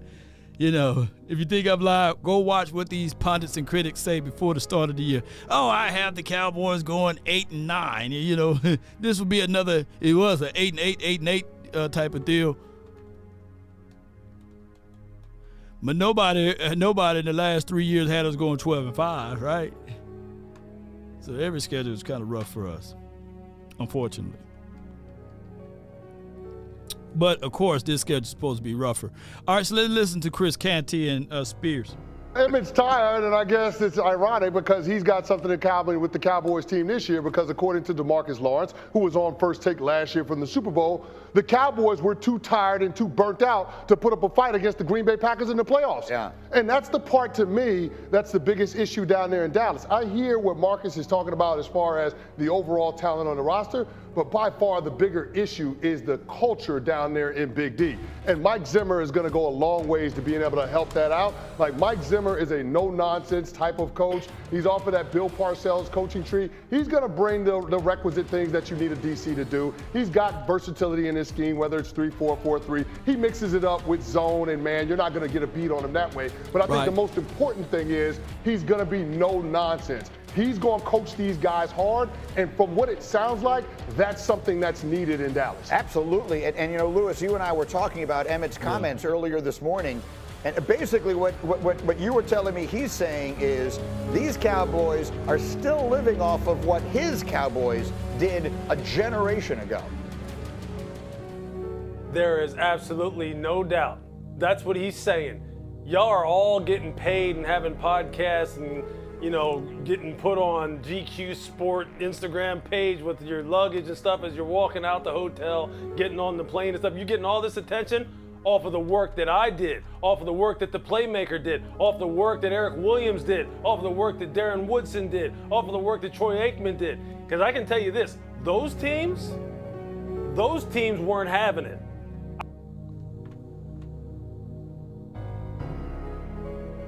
I don't want to give y'all wee-woo analysis. So let me be 1,000 with y'all. The 90s Cowboys wasn't choir boys. I mean, they wrote music songs and they hit up clubs. They had a place called the White House and everything. So let's not get it twisted. But they did, after Jimmy left, fell off a little bit, just a little bit. They fought. They had plenty of women. Oh my goodness, lying longer than Shaq's feet with all of the women, waiting outside of the hotels. Knew the schedules where they were gonna be at. And I'm quite sure if you put modern day technology there at Dallas, you will have that. Matter of fact, the 90s boys were worse. Shoot, playmaker stabbing allegedly, you know, stabbing someone in the neck with some scissors, man. Come on, man. I'm supposed to get my hair cut first, you know. Respect. You don't have to like me. Respect me. Jerry, wait at the door. Steven, wait at the door. I'm trying to get this haircut. I want the 2 parks on the side. So the culture shifted, and it started to shift in 94. It started to teeter more in line with Jerry Jones. It started to fade away. That 90s high is still high. They still talk about it to this day. Man, woo! We still talk about the 90s. That's a real high. It's higher than what New England Patriots did. They done matched us and passed us on the Super Bowl rings. That 90s high is a hell of a high. Let me know if I'm lying. We still talk about it, man. I still got the starter jacket somewhere. I can't fit mine no more. But what I'm trying to say here is that, yes, shout out to my guy, man, you know, my insider guy. He said, man, Law, make sure you mention this, man. They are only replicating what they see from the front office. No offense to the Cowboys.com. They got 10 podcasters over there. There's another YouTuber content creator that talking Cowboys that just started today. So the culture, you're going to have to figure out a way to change it smallly. It's not going to be massively. And it's not realistic for Mike Zim to change it. Mike Zim can't change all of it. Not in 1 year, which will be equivalent to less than a year. So he can move his voice around, and we will see how all of this play out. But the good thing is, you can't run to another coach now. Woo-wee! You got to go run to Jerry now. That's the environment that Mike McCarthy and Mike Zim is going to establish. I truly believe that some of these players, they ran to doggone Dan Quinn. They ran to Dan Quinn. They went tattling. You know, that's what happened, unfortunately. That's why Smooth said, I wanted to be Coach Hard now, man. I want to get a realistic chance at this.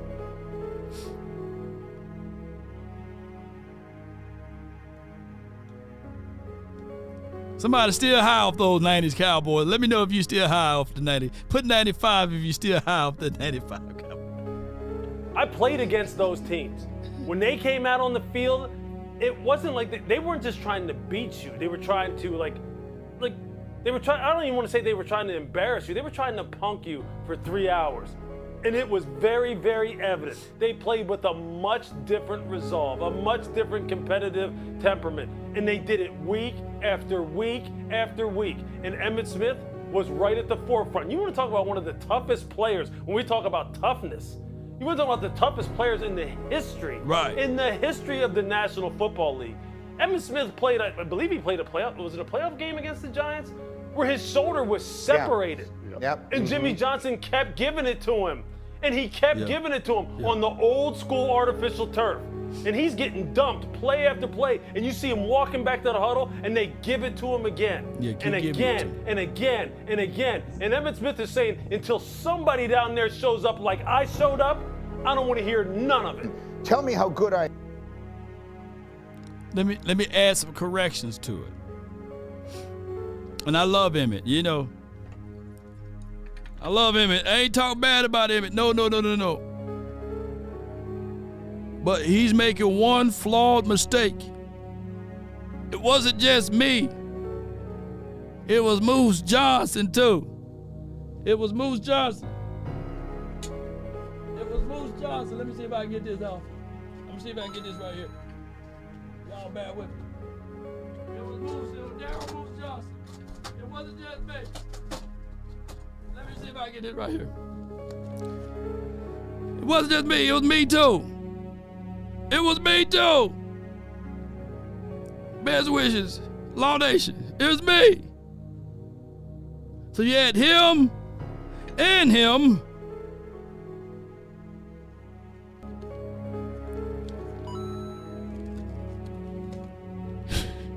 I'm giving y'all a display. Best wishes, Lawrence. Hey, he led the way. Boom. That linebacker that was talking all that stuff. Okay, all right, let's go. Okay, Brian Cox, get out of the way. And now Emmett run for about 15 yards. And then he dive out of bounds. I had to find some other stuff that I got to pull off the walls over there. As far as that old line. Big Nate Newton and all of those boys. So he could talk about he tired all day, and it was the playmaker. What I'm trying to say is it's a definition of a complete team. And that's why he kept giving it to him. I am. Check out my Instagram posts. See me on my podcast. Where does that come from? Like people will point to the culture. Who has to set that? Who is in charge of, if Emmett is right, who's in charge of getting it right? Jay Novacek too. The reality is, and I hate being the old man on the lawn, right? Or fitting into that narrative. There is substance to what Emmett is saying, but we also got to acknowledge that this is absolutely a different generation of player. We having this conversation because Dallas falls in the playoffs. Mm-hmm. That's what Emmett is talking about. He's talking about high leverage moments when it's do or die, not showing up. And it's not even about not showing up.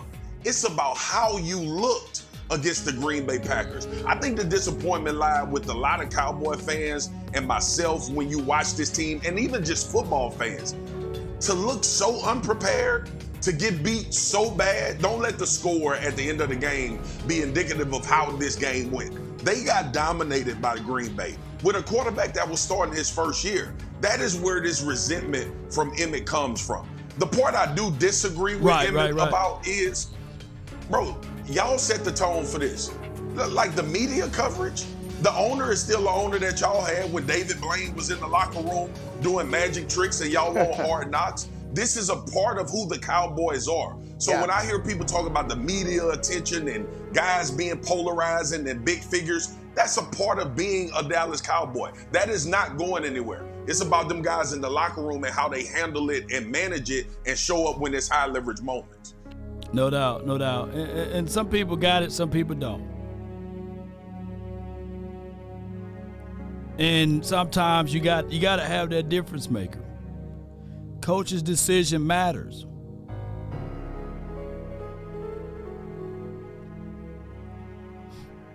It do. And who remember him?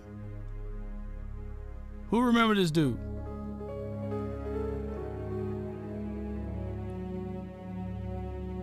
Four times this dude made it. 4 times, not 1, not 2, not 3, 4. But when it was critical to reel people in, to get the most out of your players, whether it was an injury to this dude and you had to bring that guy in, somebody left a helmet here. Football is very difficult. I'm hearing a lot of people saying that, hey, get rid of this guy to get rid of that guy. It's difficult to win in the National Football League. It's flat out is. And there's no way around it, man. It's literally no way around it. Let me see if I can pull this picture up. Y'all bear with me. There's no way around it. I was watching something. Let me see if I can send it over to myself. Bear with me.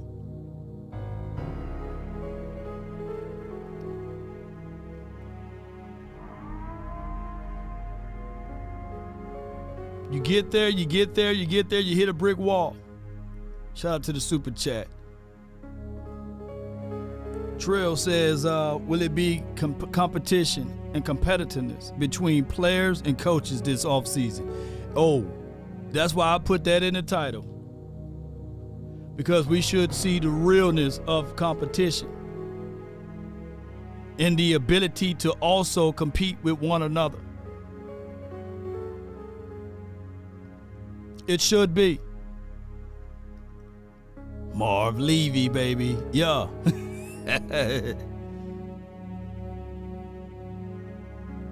I see y'all in chat. Yeah. One other point I want to bring up too. Speaking of Shanahan and all of that stuff, I'm just going to bring this up right quick. I made this comparison the other day, and I'm glad that somebody picked this up. I remember how good of a coach Andy Reid was, right? 0-1, loss. 0-2, loss. 0-3, loss. Super Bowl 0-4, loss.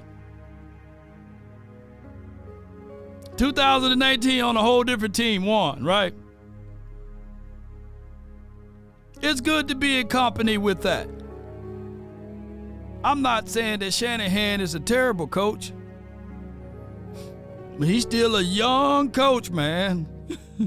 19 lost, 2021 lost, 2022 lost, 2023, of course it's this season, right? 23-24 season. Lost, 2024. He better not win next year. No.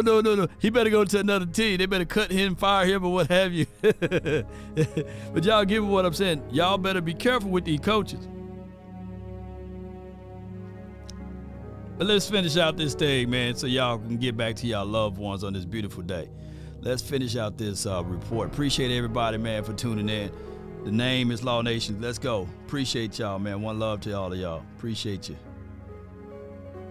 Yeah, but Jimmy Johnson ain't there, right? That's the difference, right? That strong presence at the head coaching position. Somebody that's in that building that can set the agenda for the team that's not named Jerry Jones. And that's the problem with the culture. That's the issue. The fish rots from the head down. So if we want to search for reasons why the Cowboys can't be at their best when their best is required in the postseason, then all you have to do is point to ownership. I mean, he's got weekly spots on local radio. He's got his own press conference after the game. We don't know if we should listen to the head coach or we should listen to the owner after the game because of how things are playing out in Dallas. So until something about that changes, the results ain't gonna change. And that's why Emmitt Smith is saying that he's fed up, because for all of these guys doing all these podcasts and all of that stuff, you know what they're not doing? Winning when it matters the most in the postseason. And I completely understand where he's coming from. Man, they so scared. They scared. Oh, they talk about like everybody got a podcast show. There's only one person. Well, two if you add in Hanks if he come back to this team. And Jonathan Hankins do more of a vlog style, interpersonal, personal style. He don't do a podcast style. There's only one person they tiptoeing around that. Kelsey got a podcast too, Bobby Jones. I see you. Yeah, Kelsey and the other Smooth. Both of the Kelsey brothers. But to be fair to them, they've been in the league. They all in their 30s, man. Mid-30s at that, by the way. Parsons still young, wet behind the ear. He still get carded if he go to a bar. You know what I'm saying? If he shave all his hair off, he still get carded. He still got the baby face. And they scared. They scared. They like, nah, man, we gonna say all of these fellas with podcasts, man, on the Cowboys team. Nah. I think Slay got a podcast too. Yeah, D'Angelo said Slay got one. And I think Slay's 29, 30. Ain't he 30-something, 31? No, he's older than Gilmore, right? 33, 34. Here's my one recommendation to Parsons. It's not to do it by himself, just do it with another player. And he can bounce his opinion off of each other instead of him being just isolated by himself. I think Parsons shows the ones that get the most views or what have you is when he have a co-host with somebody that can mirror and bounce off of him and change his mind like directly upon talking, I think he do a great job all together. Shout out to Bleacher Report, but y'all find him a partner. I already gave them names. Put Skywalker on there. Put Botch on there, Put Big Game J. Big Game J is a Parsons. That would be a show to tell everyone to go watch. Put one of those content creators on there, man. Don't put me on there. I'm too raw. I fool around, be all everywhere with them, boy. Shoot. Put Boss Cowboy Sports or Jay Tuck or somebody on the show with him. Show go hard. Put Aisha on the show. Put Lance Bell on there, man. Put West Coast. That would be nice. Just rotate them, man, like chairs, Rotating chair guests every week. But neither here nor there, but y'all give it what we saying collectively, right? I think he do a great job, but, and I think that this is not going to go anywhere. But if they fool around and say Parsons will no longer do the Bleacher Report podcast, The Edge, due to focusing in on the season, and if he only do this during the off season, like the off season is long. If Parsons do this all off season, and then when September hit, after preseason, he said, I'm focusing in on only football right now, and I get it, he want to talk on his day off. Then I think a lot of y'all will be like, yeah. A lot of you guys will be like this.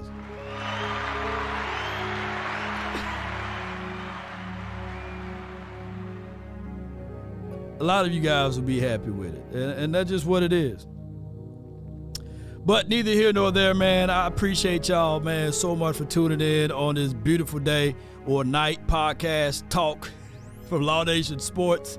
Appreciate y'all. Put Landlord on there, HTM. Yeah, put them all on there, man. And if I left out anybody, man, put them on there, man. Put Mark Holmes on there. Him and Joe Boo. Parsons might be scared as hell of Joe Boo, though. Joe Boo's Sports Report.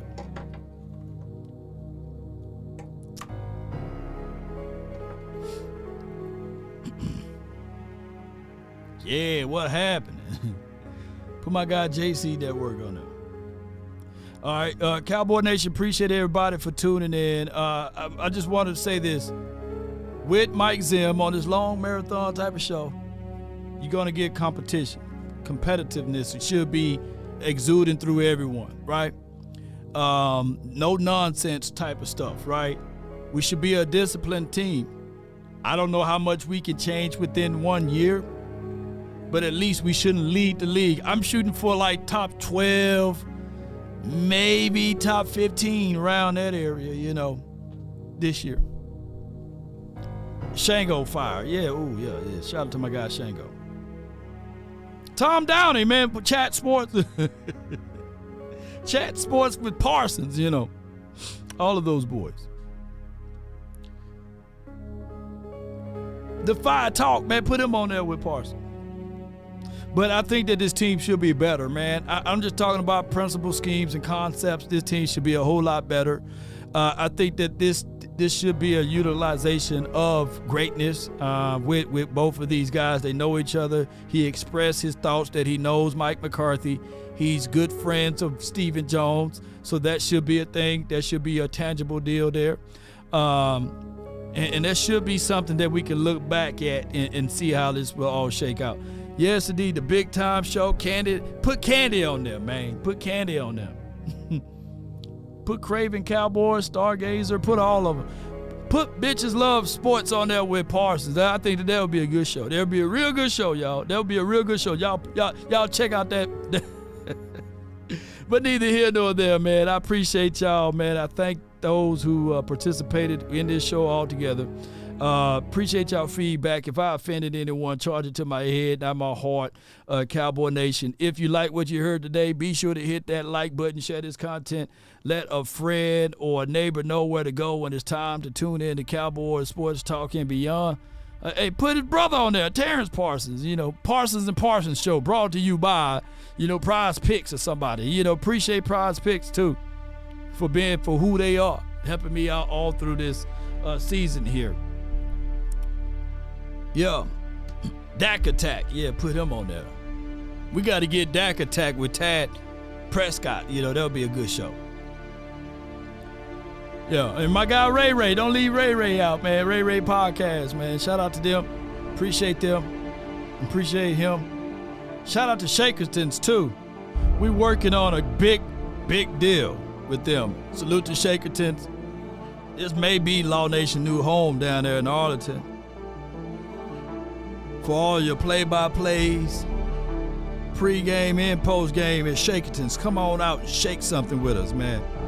They got some good drinks, good libations, and everything. Food is nice. This is a scratch kitchen. It's really nice, y'all. Check them out. Yes, indeed. Salute to Specialty Media, too. Working on multiple deals right here.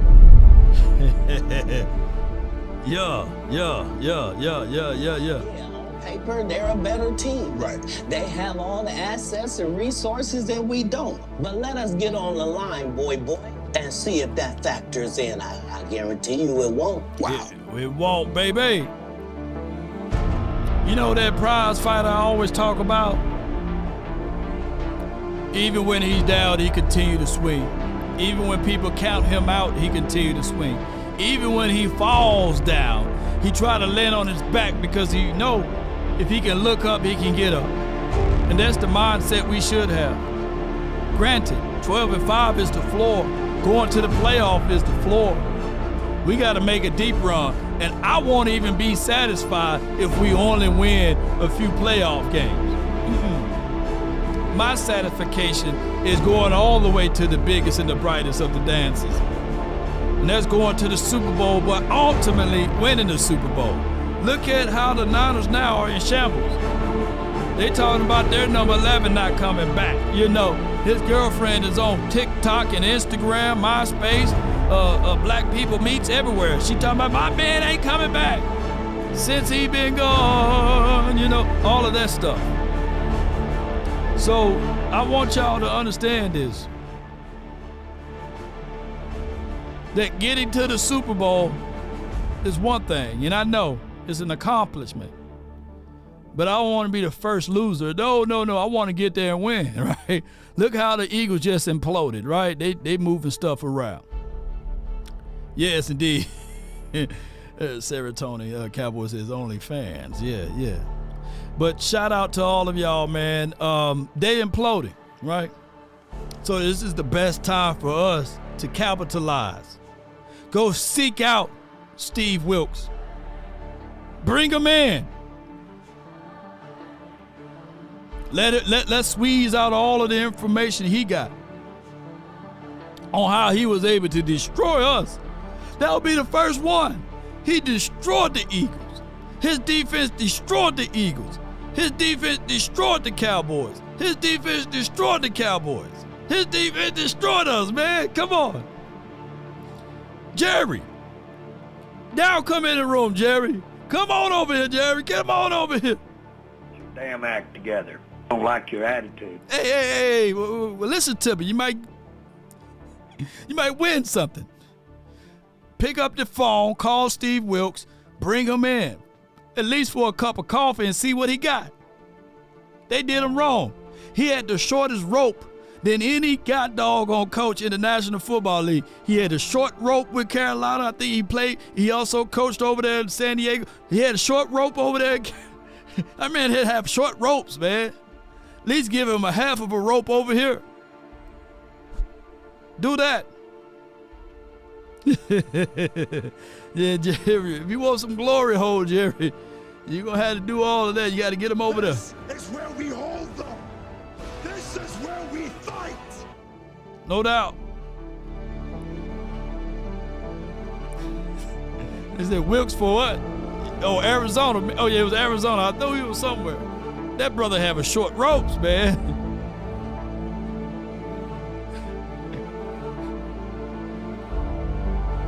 Boy, how great would it be if the Cowboys gave Jason Garrett that short rope, boy. Why, this motherfucker don't miss. No, he's good. That motherfucker don't miss, man. He's good. In the heat of battle, he don't miss. No. In the heat of controversy, he don't miss. Can y'all imagine what that rope would have looked like? No doubt, man, but neither here nor there, Cowboy Nation. If there's one thing a man should always do, and that's mainly to himself, be true. Never allow someone to change your point of view unless what they bring or means makes sense to you. Never judge a man by sight alone, nor by the height he has grown. And when speaking, keep it at a moderate tone, because raised voices turns hearts into stone. You see, in the beginning, it was brother, our rivalry brother, roll with brother. The morals of life, live, love, and respect for another. Then there are those who would try to be smart. They would take the decent man to alter his heart to seek to rip him apart. But those, man, they would never be a friend because they bend the lies around the truth to meet their end. There's many of people who say, yeah, I'm real, the way I walk, the way I talk. No, they ain't real. They're the first one to shank you, stab you in your back. Don't hang with those people. If someone show who they are the first time, trust and believe them, right? Just know that on your way up, there's a lot of people that's trying to pull you down. It's good when you're on the same level as them, but the time you start to excel and ascend, I said ascend, but ascend. I'm making words today. Try to pull you down. But greatness is greatness. And the things that they try to stop you with, they would never be able to obtain it. Cowboy Nation, that's been my time.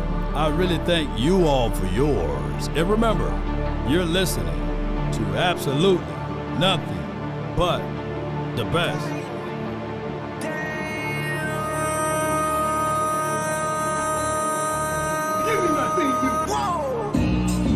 Yeah! Imitated but never duplicated, baby. Come on. Let's roll those crates. It's. Shout out to you, Bobby King. Shout out to you, Serotonin. Albert, man, appreciate you. William Bernay, thank you. Jimmy, appreciate you. What happened to the S at the end of your name, Jimmy? Shout out to all of the people, man. Double R, thank you. Thank you so much. Salute to Brandy. Thank you so much for your support. Jeremiah, man, appreciate you for the $50 super chat. Dirty Sanchez and Trill Bill, the real one with the skill, man. Appreciate you, man. Let's get it up, baby.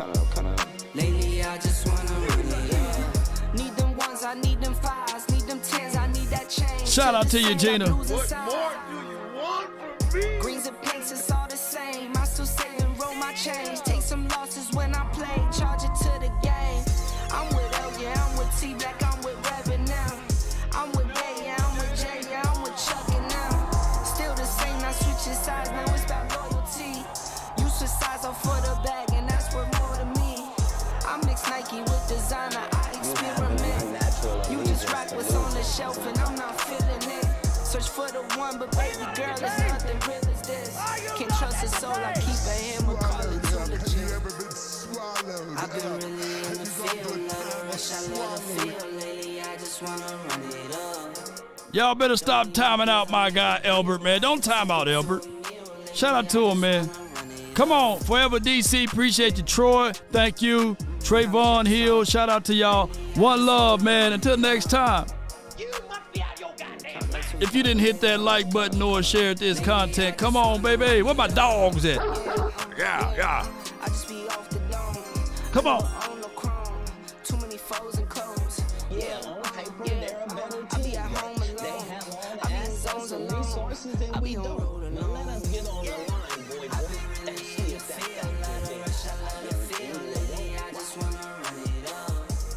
all I ask is when you lay your head on that pillow, I give it back.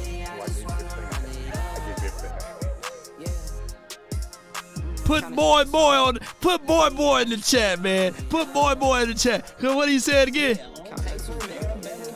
Come on. Get on the line, boy, and see if that factors in. Lately, I guarantee you it won't. All I ask is when you lay your head on that pillow at night, I give everything out. Lay your head on my pillow. Woo! And just relax. Come out the closet and stop keeping a secret and let the world know if it had not been for the Lord that was on my side, I would have been. I want me some glory hole. Have you ever been? I would have been swallowed up. Have you ever been swallowed They can up? come closer than close.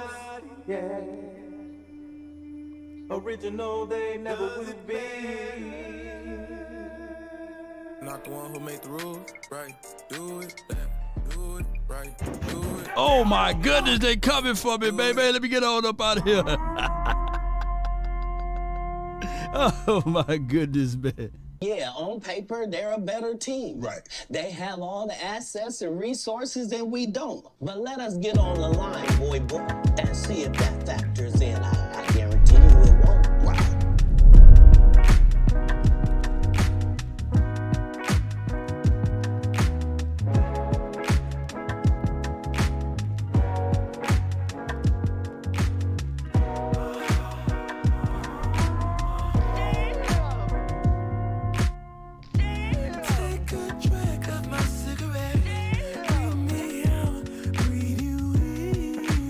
What more do you want from me?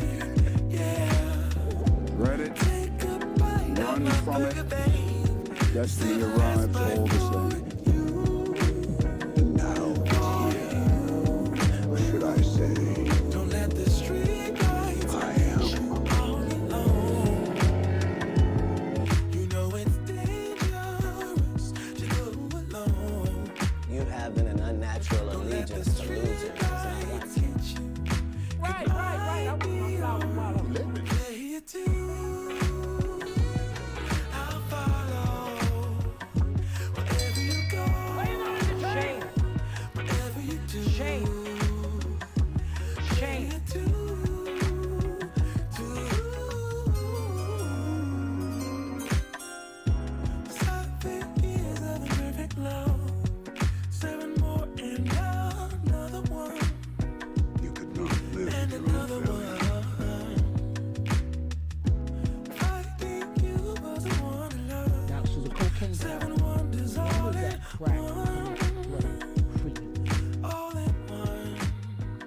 Until next time.